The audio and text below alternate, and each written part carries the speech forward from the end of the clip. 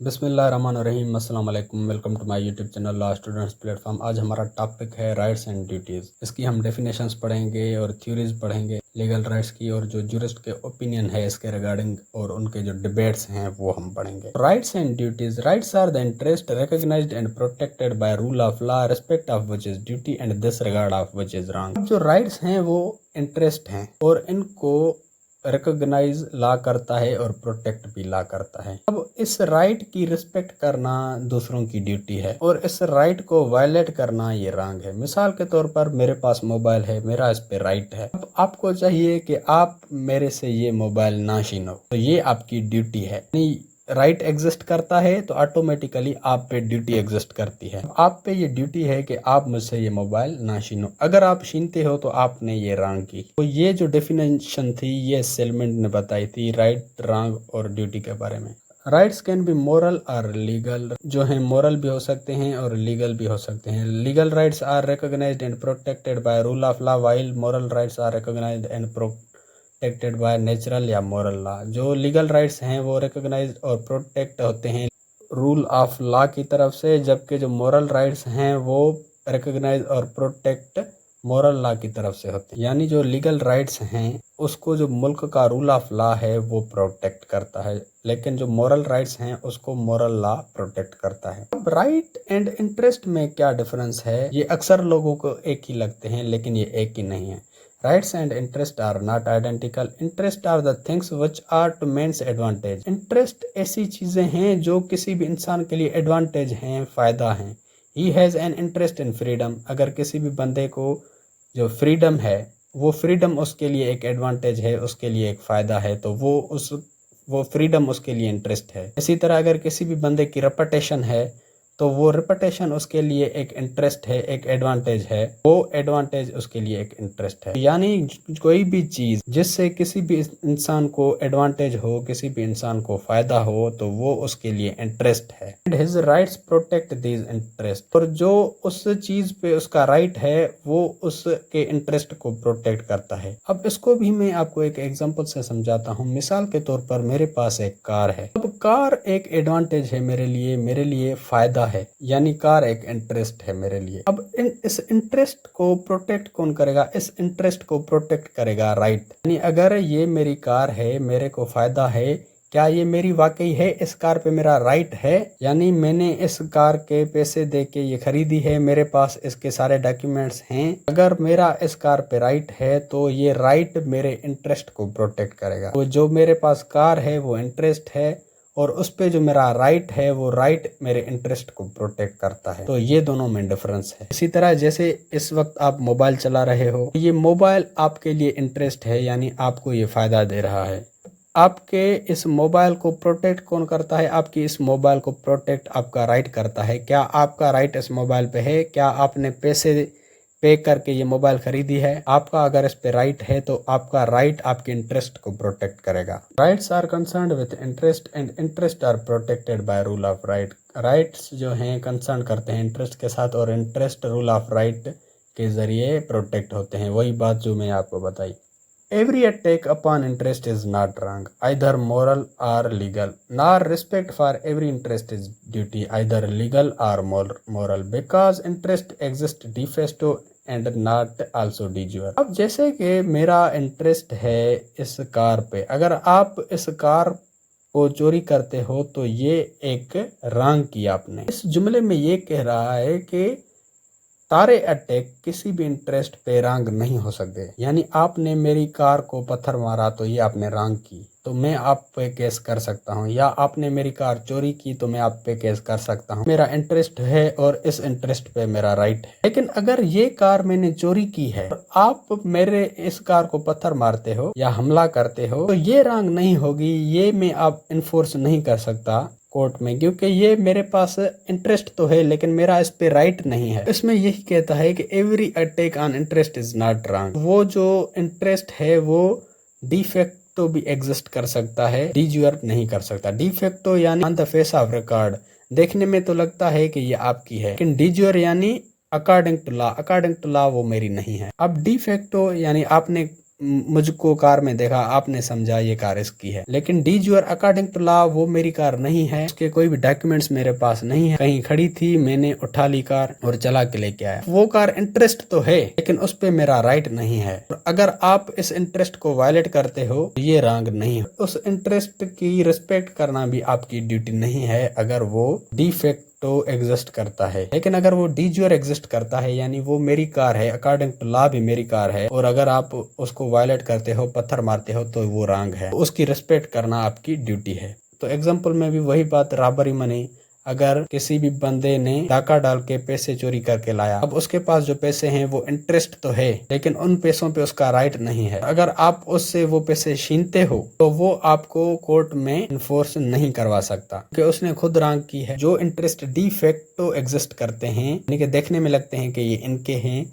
They receive no recognition और protection from any rule of right, तो उनको कोई भी रूल ऑफ राइट प्रोटेक्ट नहीं करता, रिकॉग्नाइज नहीं करता। It is to be noticed that in order that an interest should become the subject of legal right, it must obtain not merely legal protection but also legal recognition. यानी अगर कोई भी interest है तो ना सिर्फ उसको लीगल प्रोटेक्शन हासिल हो बल्कि लीगल रिकग्निशन भी हासिल हो, फिर जाके वो इंटरेस्ट लीगल राइट बन सकता है। यानी अगर मेरे पास मोबाइल है तो इसको लीगल प्रोटेक्शन के साथ साथ लीगल रिकग्निशन भी हासिल हो, यानी लॉ ने इसको रिकग्नाइज भी किया हो कि ये वाकई इससे बिलोंग करता है। If there is right there is duty, if there is duty there is right. Right और ड्यूटी अपने आप में कोरिलेटिव हैं, यानी राइट एग्जिस्ट करेगा तो ऑटोमेटिकली ड्यूटी भी एग्जिस्ट करेगी, और ड्यूटी एग्जिस्ट करेगी तो ऑटोमेटिकली राइट भी एग्जिस्ट करेगा। जैसे कि इस मोबाइल पे मेरा राइट है तो ऑटोमेटिकली आप पे ड्यूटी है कि आप मेरे से ये मोबाइल नहीं छीनो, तो मेरा राइट है तो आपकी ड्यूटी है। और अगर आपकी ड्यूटी है तो कहीं ना कहीं किसी का राइट भी होगा, ड्यूटी एग्जिस्ट करेगी तो राइट भी एग्जिस्ट करेगा। और ये चीज अगर आपको डिटेल में पढ़नी है तो मेरा एक और वीडियो है हॉफिल्डन एनालिसिस, वो भी आप मेरे चैनल की प्लेलिस्ट में जाके देख सकते हैं, जिसमें ये सारी चीजें बताई गई हैं कि राइट और ड्यूटी का कौन सा रिलेशन है, और जो लिबर्टी है, प्रिविलेज है या पावर है या डिसेबिलिटी है, इम्यूनिटी है, लाइबिलिटी है, तो उनका आपस में क्या रिलेशन है वो आपको सारा समझ आ जाएगा। If I have right against any person he must be under duty to me, so conversely if I have duty toward someone he must be having correlative right against me. वही चीज जो मैंने आपको बताई कि अगर राइट है मुझे किसी भी पर्सन के खिलाफ तो वो पर्सन की ड्यूटी होगी। इसी तरह अगर मेरी ड्यूटी है तो उसके कोरिलेटिव किसी ना किसी के पास राइट होगा। यानी आपके पास अगर कार है तो मेरी ड्यूटी है कि मैं उसकी रिस्पेक्ट करूं, उसको वायलेट ना करूं, आपके इस राइट को वायलेट ना करूं। अब theories of legal rights, legal rights की कुछ थ्योरीज हैं, एक है इंटरेस्ट थ्योरी और एक है विल थ्योरी। जो विल थ्योरी है उसके बारे में ऑस्टिन हॉलैंड और पोलोक ने अपनी अपनी डेफिनेशन बताई है लीगल राइट्स के बारे में। विल थ्योरी क्या कहती है? According to this theory, you are having a right to something means that you have control capacity or power over others free will in regard to it, otherwise they can do as they please. Someone violates your right by acting contrary to your will in regard to your rights object। इस theory के मुताबिक अगर आपके पास किसी भी चीज के ऊपर राइट है तो इसका मतलब आपके पास कंट्रोल है, कैपेसिटी है, पावर है दूसरे की विल के ऊपर। यानी अगर आपका किसी भी चीज पे राइट है मतलब आप किसी की भी विल को कंट्रोल कर सकते हो, आपके पास ये कैपेसिटी है, आपके पास ये पावर है। वरना ऐसा होगा कि वो आपके राइट को वायलेट करेंगे और वो जैसे चाहें वो आपके राइट को वायलेट कर सकते हैं आपकी विल के खिलाफ। तो जहां पर भी कंट्रोल, कैपेसिटी, पावर ये वर्ड्स आए तो समझो ये विल थ्योरी है। अब ऑस्टिन ने कहा a party has right when another or others are bound or obliged by law to do or forbear towards in respect of them। Austin के मुताबिक किसी भी पार्टी के पास राइट है जब दूसरे बंदे लॉ के मुताबिक कुछ करने के लिए या कुछ ना करने के लिए बाउंड हों। अब जैसे मिसाल के तौर पर मेरे पास एक बुक है और उस बुक पे मेरा राइट है तो दूसरे लोग बाउंड हैं कि इस बुक को टच ना करें, तो ये मेरा राइट है। या फिर अगर मैंने किसी के साथ कॉन्ट्रैक्ट किया कि मैं आपको इतने पैसे दूंगा, आप मुझे ये बुक देना, अब मैंने उसको वो पैसे दिए, अब उस बुक पे मेरा राइट है, अब वो उसको देना है यानी कुछ करना। पहले था कुछ ना करना, यानी वो मेरे पास बुक थी उसको अब टच नहीं करना उस बंदे को, मेरे बुक को, तो वो कुछ ना करना। कुछ करना यानी इसको मैंने पैसे दिए हैं अब इसको ये बुक मुझे देना है। फिर हॉलैंड ने डिफाइन किया right as a capacity residing in the person to control the action of others. Holland ने कहा कि जो राइट है वो एक बंदे के अंदर एक कैपेसिटी है, जिस कैपेसिटी के जरिए वो दूसरों के एक्शंस को कंट्रोल कर सकता है। यहाँ पर भी एक कैपेसिटी का वर्ड आया तो समझो ये विल थ्योरी के बारे में ही बात कर रहा है। पोलोक ने डिफाइन किया राइट को as freedom allowed and power conferred by law, यानी जिसके पास राइट है उसको फ्रीडम है, उसके पास पावर है। तो यहाँ पर भी एक पावर का वर्ड आया, समझो ये विल थ्योरी की बात कर रहा है। फिर है हमारे पास इंटरेस्ट थ्योरी, जिसको डिफाइन किया है बकलैंड, एलन, एहरिंग और सेलमेंट ने। अब इंटरेस्ट थ्योरी क्या कहती है? You are having right to something means that it is your interest or is to your benefit. Interest theory कहती है किसी भी चीज के ऊपर अगर आपका राइट है मतलब वो आपका इंटरेस्ट है, वो आपका फायदा है। तो सेलमेंट ने कहा right is an interest recognised and protected by law. According to the Salmond interest here could only be human interest and society interest. Salmond की वही डेफिनेशन है जो मैंने आपको शुरू में बताई कि राइट एक इंटरेस्ट है जिसको लॉ प्रोटेक्ट करता है और रिकॉग्नाइज करता है। इसने वो फर्दर भी कहा था अगर कोई किसी भी राइट को वायलेट करता है तो वो रॉन्ग है और उसकी राइट की रिस्पेक्ट करना वो ड्यूटी है। तो यहाँ पर जो सेलमेंट ने इंटरेस्ट के बारे में बताया है तो वो इंटरेस्ट सिर्फ ह्यूमन का होता है या सोसाइटी इंटरेस्ट होता है, किसी भी जानवर का इंटरेस्ट नहीं होता। सेलमेंट यहाँ ये बताना चाह रहा है कि किसी भी जानवर का कोई भी राइट नहीं होता, उसको प्रोटेक्ट किया गया है लॉ की तरफ से, लेकिन उसके कोई भी राइट्स और ड्यूटीज नहीं होते। राइट्स और ड्यूटीज सिर्फ इंसान पे ही आयद हैं। हाँ, इस डेफिनेशन में भी इंटरेस्ट का वर्ड आया, समझो ये इंटरेस्ट थ्योरी की बात कर रहा है। फिर एरिंग ने कहा right is legally protected interest. Ihering ने कहा जो राइट है वो लीगली प्रोटेक्टेड इंटरेस्ट है। ने कहा a legally guaranteed power to realise interest, यानी एक ऐसा पावर जिससे इंटरेस्ट को रियलाइज किया जाए। और बकलैंड ने कहा an interest expectation guaranteed by law, कोई भी इंटरेस्ट या एक्सपेक्टेशन जिसको लॉ गारंटी करता है। ये दो थ्योरीज थी, विल थ्योरी और इंटरेस्ट थ्योरी। अगर कहीं पर भी इंटरेस्ट का वर्ड आता है तो समझ जाना कि ये इंटरेस्ट थ्योरी की बात कर रहा है, और अगर कहीं पर भी पावर, कंट्रोल और कैपेसिटी की बात आए तो समझ जाना कि ये विल थ्योरी की बात कर रहा है। विल थ्योरी को डिफाइन किया है ऑस्टिन, हॉलैंड और पोलक ने, और विल थ्योरी को चॉइस थ्योरी भी कहा जाता है। और इंटरेस्ट थ्योरी को डिफाइन किया है बकलैंड, एलन, एहरिंग और सेलमेंट ने। फिर हमारी आती है duty, definition of duty. Salmond define duty as an obligatory act, that is to से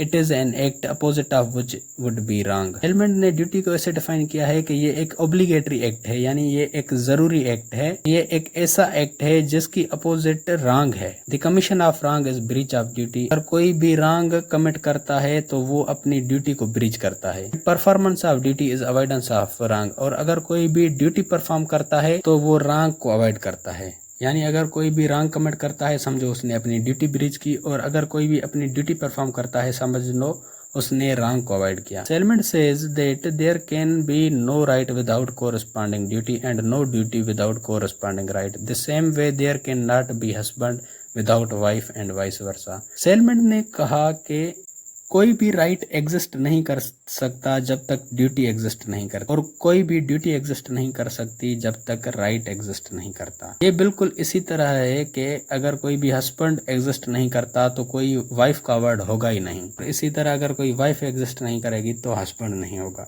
duties and rights are said to be correlative, which means that there can not be duty unless there is someone to whom it is due. Duties और rights अपने आप में correlative हैं, यानी यहाँ पर कोई भी ड्यूटी नहीं होगी जब तक कोई ऐसा बंदा ना हो जिस पे ये ड्यू ना हो। Similarly there can not be right unless there is someone for whom it is claimed, and there can not be wrong unless there is someone who has done wrong. इसी तरह कोई भी राइट एग्जिस्ट नहीं कर सकता जब तक कोई ऐसा बंदा ना हो जिससे वो क्लेम किया जाए, और यहाँ पर कोई रॉन्ग नहीं हो सकती जब तक किसी ने वो रॉन्ग कमिट नहीं की हो। तो ये वही चीज़ें बार बार आ रही हैं, आप वही सेलमेंट वाली डेफिनेशन याद करना।